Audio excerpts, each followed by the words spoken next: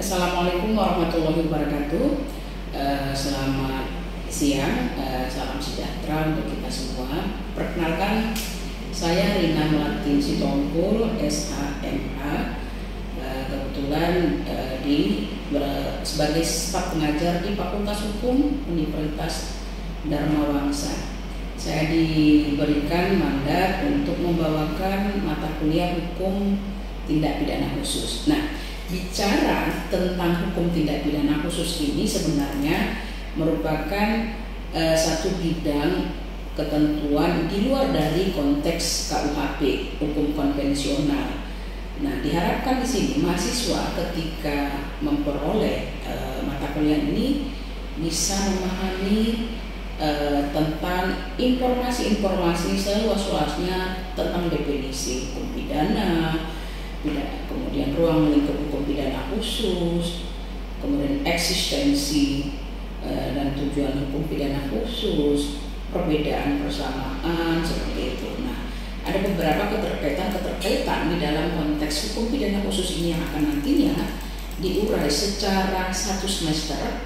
Itu sejarah tindak pidana khusus, kemudian ruang lingkup tindak pidana khusus, pengertian tindak pidana khusus, ajas hukum tindak pidana khusus, kemudian tindak pidana khusus korupsi, tindak pidana khusus pidana ekonomi, tindak pidana khusus pencucian uang, tindak pidana khusus cybercrime, kemudian tindak pidana khusus narkotika, ada juga tindak pidana khusus pertambangan. Nah, kemudian akan saya ramu untuk mengukur secara evaluasi kepada mahasiswa nantinya itu beberapa kategori-kategori melalui tugas-tugas. Ada tugas rutin nantinya yang akan saya masukkan, kemudian ada beberapa mini riset tentang tanggapan melalui jurnal yang ada yang secara terbaru, dan kemudian juga akan mereka paparkan juga nantinya secara per kelompok hasil pengamatan dan juga secara hasil analisa mereka terhadap review terhadap jurnal yang menyangkut kasus-kasus terbaru nantinya. Nah, komponen penilaian nanti itu akan dilihat nih, komponen penilaian dalam konteks tugas itu ada 20%, UTS itu ada 30%, kemudian ujian akhir semester ada 40%. Demikian rangkaian yang akan saya ramu nantinya di dalam satu semester ini untuk mata kuliah hukum tindak pidana khusus.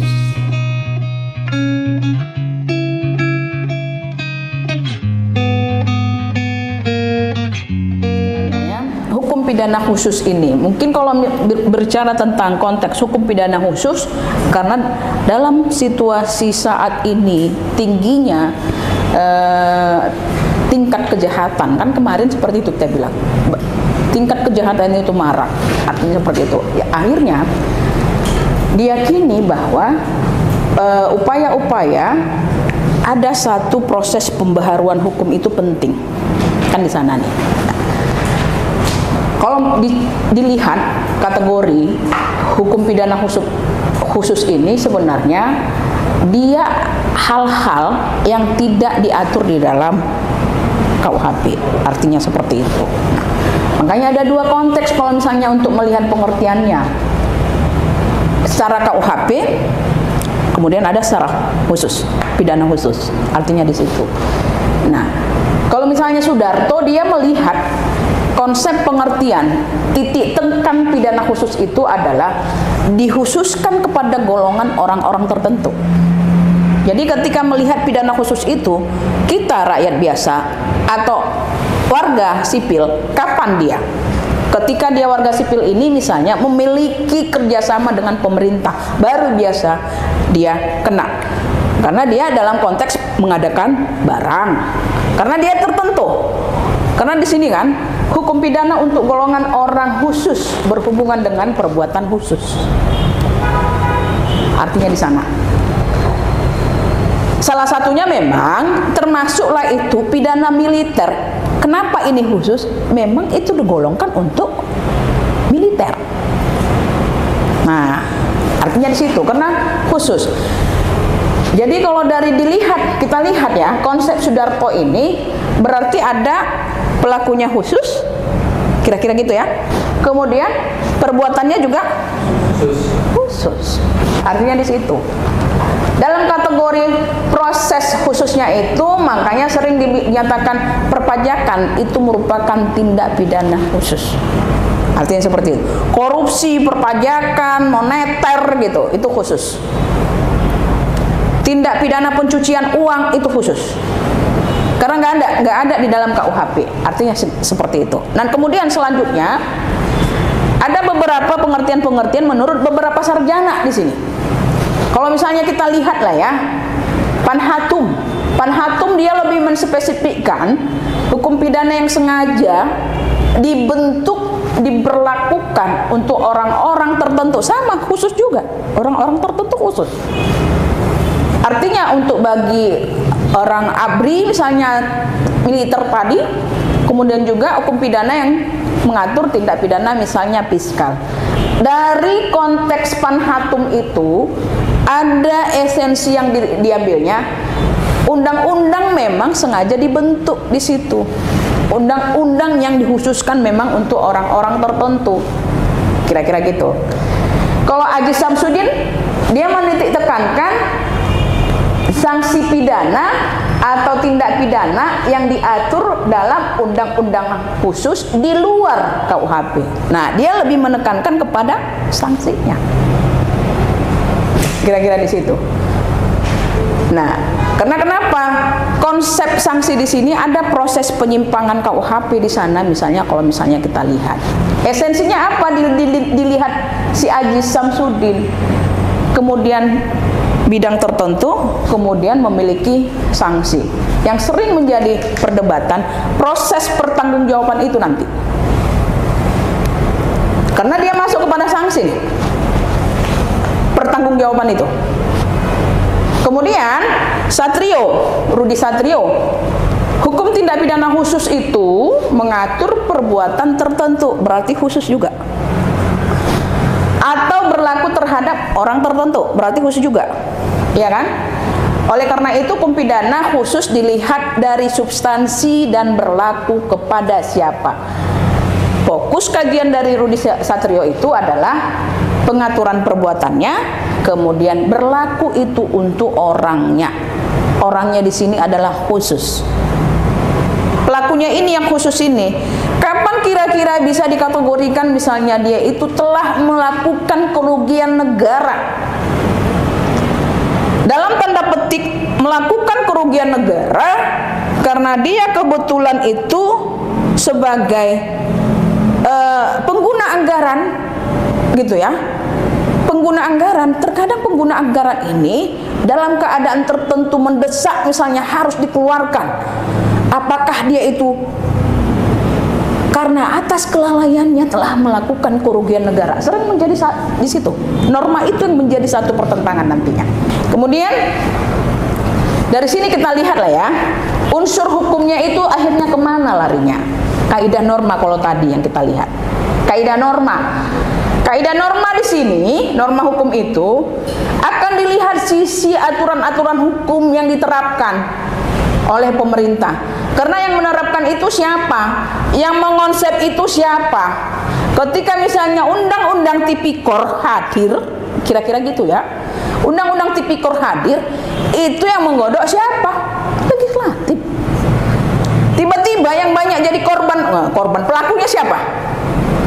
Mereka juga kan? Kemudian fokus kajiannya itu yang kedua, kalau tadi ya pelaku yang khusus itu, ini dia pelaku yang khusus, orang siapa tersangkanya, kemudian jenis pidananya, sanksi pidananya gitu. Artinya di situ.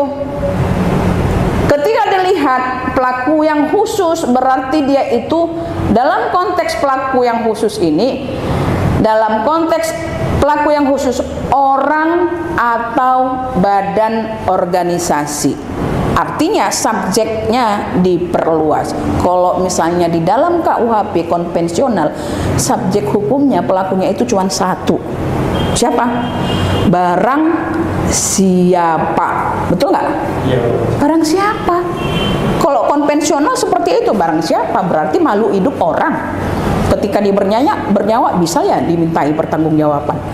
Tapi ketika sekarang diperluas, orang yang khusus tertentu, korporasi, badan hukum juga diperluas sebagai pelaku. Kira-kira gitu, ya. Kemudian apa jenis pidananya? Karena dalam konteks jenis pidananya itu, jadinya ini kalau misalnya kita kan kalau KUHP ada itu pidana pidana badan, kalau misalnya administrasi segala macam itu ini diperkhususkan dia. Jenis pidananya apa? Mengambil uang negara secara melawan hukum. Artinya kalau mengambil uang negara secara melawan hukum, ketika negara dirugikan, itu dianggap mengambil uang negara. Kalau misalnya negara rugi, ketika dalam keadaan tertentu sudah selesai, kemudian dikasih hadiah. Kita orang ketimuran gitu. Ini ucapan terima kasih gitu. Bayangkan ucapan terima kasih saja sekarang ini itu bisa menjadi satu konteks jenis pidana. Setuju nggak kalian itu? Artinya seperti itu. Pelaku menerima suap, mengambil uang negara, artinya di situ. Konsepnya itu menerima apa istilahnya ya? Ucapan terima kasih, dikasih uang terima kasih, tapi dengan misalnya arlojinya itu mereknya itu Rolex, harganya misalnya 1M. Terima kasih gitu. Terima kasih saya. Nah, itu bagian dari menerima suap sebenarnya, karena itu dianggap gratifikasi. Kemarin kita udah bicara kan, ada standar minimal di dalam konsep pidana khusus itu. Karena dia standar minimal, kemudian dilihat dari delik-delik tertentu yang sangat dicela, merugikan dan membahayakan masyarakat. Artinya di narkoba juga sekarang itu ada standar minimal. Nah, artinya dianggaplah itu dia dalam kategori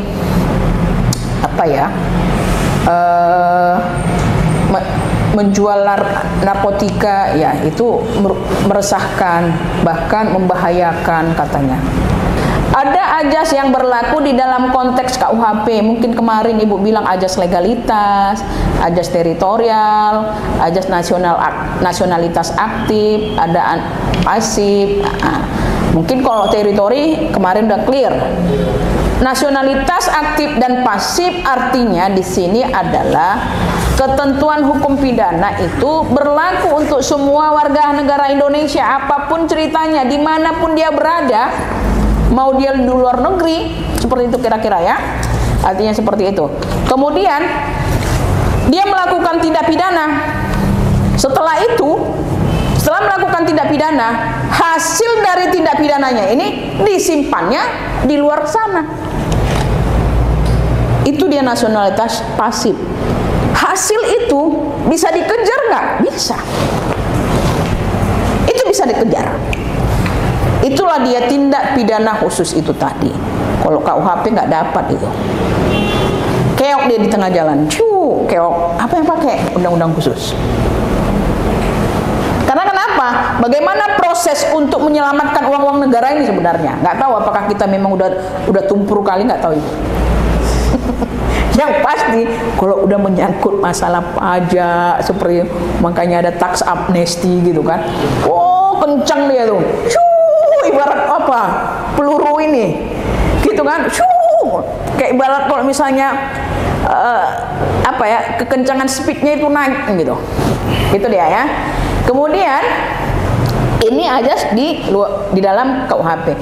Tapi ada ajas di luar KUHP. Apa saja misalnya yang di luar KUHP? Nah, yang di luar KUHP mungkin kalian kemarin sudah Ibu bilang ajas pembuktian terbalik, itu sudah ya. Ajas pembuktian.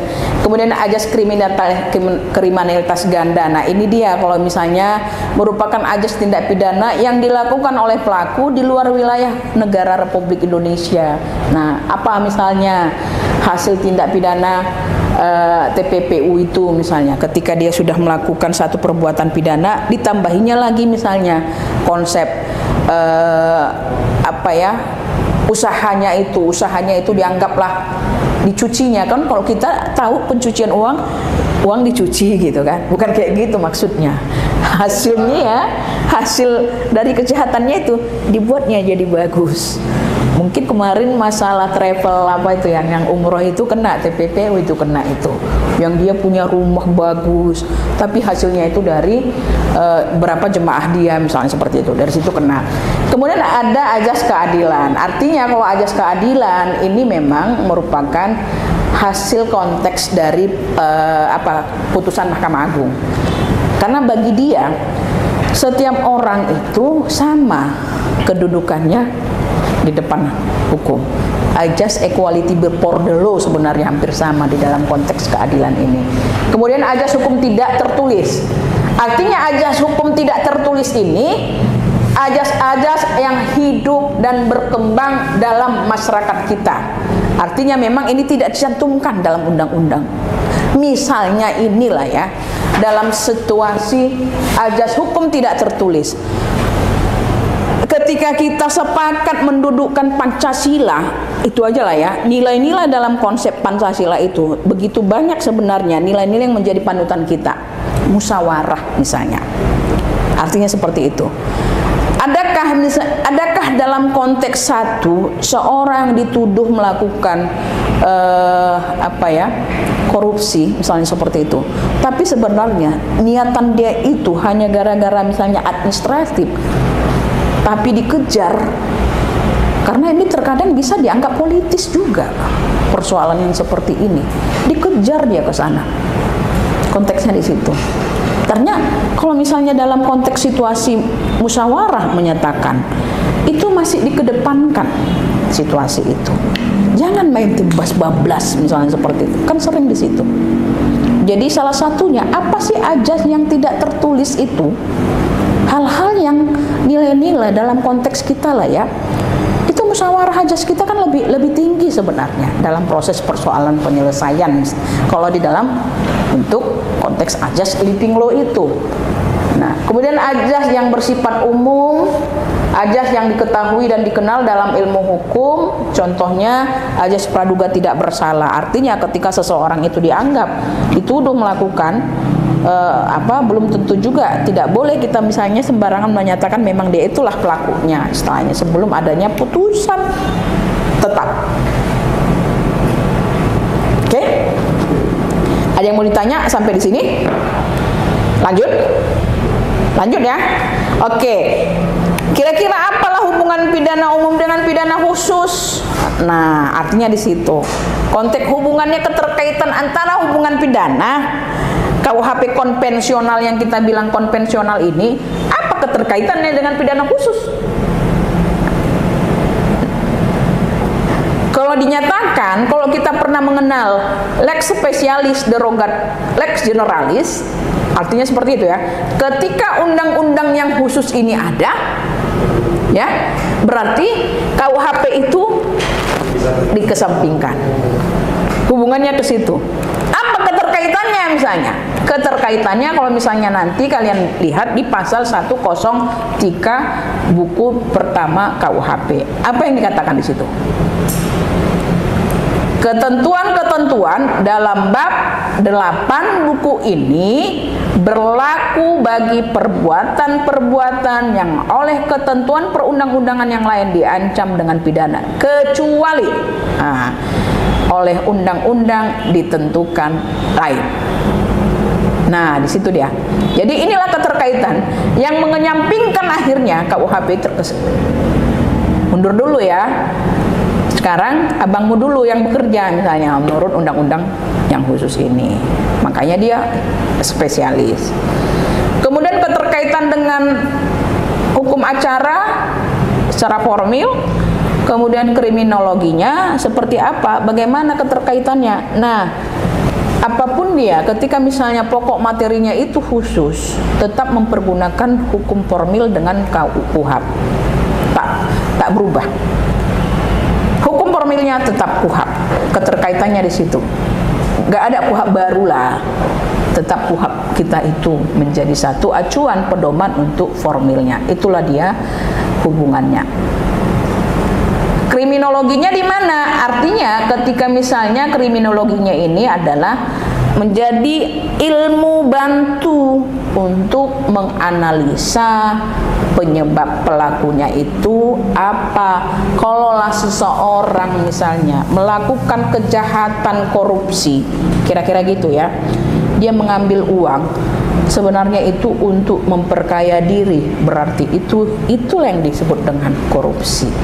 Ada orang misalnya gitu ya, dia itu hanya mengambil sesuatu untuk makan saja, enggak untuk kaya itu, kira-kira gitu. Tapi kalau untuk kaya, berarti dia memperkaya diri, seperti itu. Makanya kalau misalnya masuk lah ini kasus-kasus korupsi ini, yang disorot itu siapa? Hartanya berapa bertambah ketika dia misalnya menjabat, iya kan? Hartanya nambah nggak nih? Udahlah ditengok nambah harta, tengoknya lagi misalnya rekening anaknya, tengok lagi rekening istrinya, semua gendut, semua gemuk. Makanya kalau misalnya main bablas aja itu, ada kebetulan misalnya jas pembuktian terbalik, udah sikat, blokir.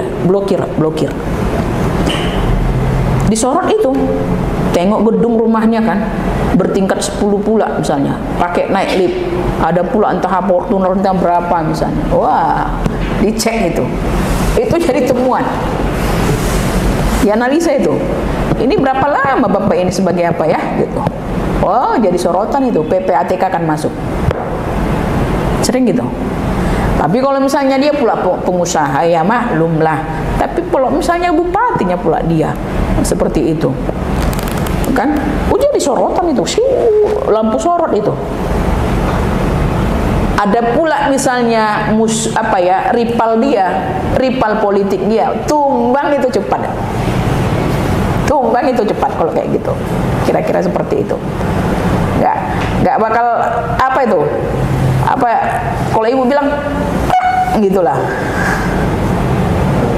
ya kan? Kalau dalam situasi sekarang ada yang seperti itu, Bu, ada banyak. Biasanya kalau misalnya rival ketika kita anggaplah ya, ada kepala daerah, dia sudah menjabat, apakah itu gubernur atau wakil atau bupati, mungkin wakilnya ini kepingin naik, pasti dicarinya itu. Jadi masuk kita ke dalam konteks ketika berbicara tentang tindak pidana ini. Mungkin kalau kemarin ibu nggak tahu apakah di sini ibu nyatakan berbicara persoalan tindak pidana, ya.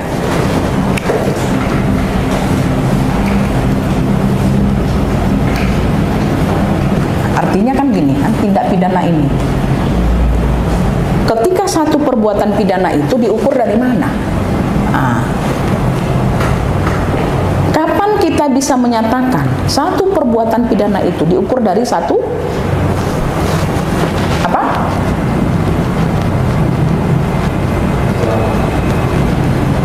Ya, diukur dari kesalahan. Untuk mengukur kesalahan dari mana?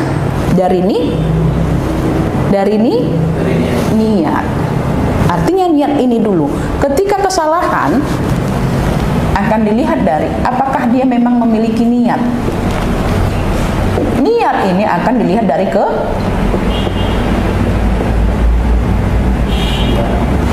kehendak. Iya kan? Benar? Iya kan? Nah, kesalahan itu dari niat. Niat itu akan dilihat dari kehendak. Karena misalnya kehendak karena maksud. Ada kan orang seperti itu kan. Ketika ingin memang mau berbuat satu kesalahan, memang sudah dimaksudkan dia. Kemudian kehendak karena kepastian. Dia udah tahu posisinya itu, kalau ku ambil jadi milikku, atau kalau ku bunuh mati. Kira-kira gitu. Memang dia sudah kepingin kali itu terjadi. Ukurannya di mana itu jadinya? Ukurannya itu akan bagaimana hubungan batin dia dengan perbuatan itu.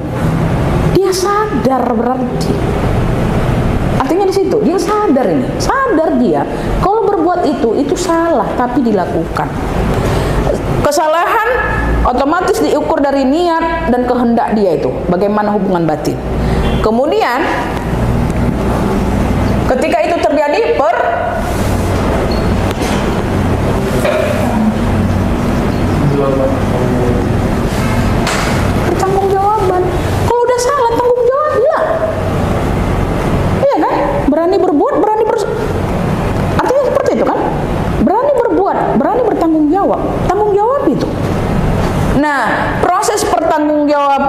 itu akan diukur juga apakah dia memang layak untuk bisa dimintai pertanggungjawaban. Kalau tadi kita di awal sudah menyatakan kalau dalam tindak pidana khusus ini dua subjek hukumnya. Siapa? Orang khusus dan badan hukum. Artinya pertanggungjawaban. Subjek hukumlah di sini, pelakunya.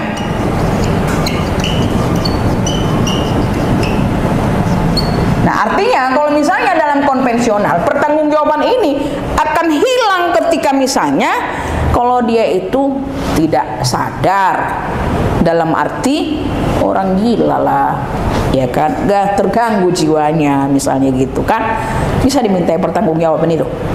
Enggak.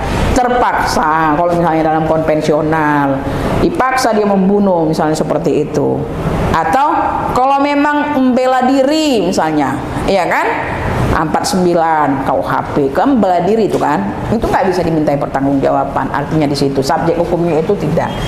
Ketiga apa? Tidak ada alasan pemaaf.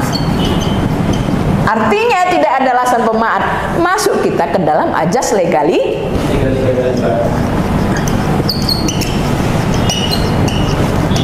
Ke sana kita masuk.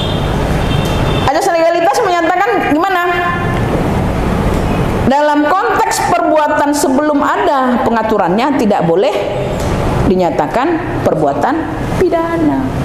Ajas legalitas. Artinya ketika misalnya satu perundang-undangan yang menyatakan itu menjadi satu konteks larangan, udah, itu perbuatan salah. Tidak ada alasan pemaaf menurut undang-undang. Tapi kalau misalnya dinyatakan undang itu diperkenankan, berarti ada alasan pemaaf. Nah, di sana dia. Nah, masuk kita ke tindak pidana. Nah, di sini dinyatakan ada dua suku kata tuh. Ada tindak, ada pidana. Ketika bicara tindak, berarti memang sudah ada langkah. Ya kan? Ada perbuatan. Pidana berarti cara pidana lah. Mainkan kalau kemarin politik hukum pidana kita menyatakan penggunaan hukum pidana. Penggunaan hukum pidana. Karena nggak ada cerita kalau misalnya udah masuk pidana, udah. Hukum pidana berarti udah hukuman badan, habis cerita, nggak ada cerita yang di kepala kita hukuman badan. Ada loh sekarang tambahan, ada denda, ada ini gitu. Oh itu sekarang di khusus, kira-kira gitu. Nah kemudian ya, kalau dalam konteks melihat lah ya, bagi masyarakat, badan hukum, kemudian melakukan pelanggaran hukum pidana, artinya itulah yang disebut dengan tindak pidana yang diukur dari sini. Kalau masuk ke formil ya, otomatis bagaimana aparat penegak hukum mampu mengumpulkan bukti-bukti untuk menentukan ini. Istilahnya di sana. Dari konsep ini, ketika masuk kepada tindak pidana berarti ada yang dilanggar, ya kan? Ada yang dilanggar. Pembagiannya proses pelanggaran itu nantinya kalau kita secara hukum kita akan lihat pelanggaran apa, perdatanya kah, administrasinya kah, pidananya kah. Nah, kalau perdatanya nantinya otomatis dia akan melihat denda. Cara perdata. Kalau administrasi berarti itu adalah kewenangan dia, tidak memiliki kewenangan untuk mengeluarkan itu. Itu administrasi. Dikeluarkannya surat, ditandatangannya pula. Artinya seperti itu. Itu administratif itu. Dia melanggar ketentuan atau misalnya dibuatnya SK dalam posisi misalnya SK itu dikeluarkannya yang tidak diperbolehkan, itu administratif.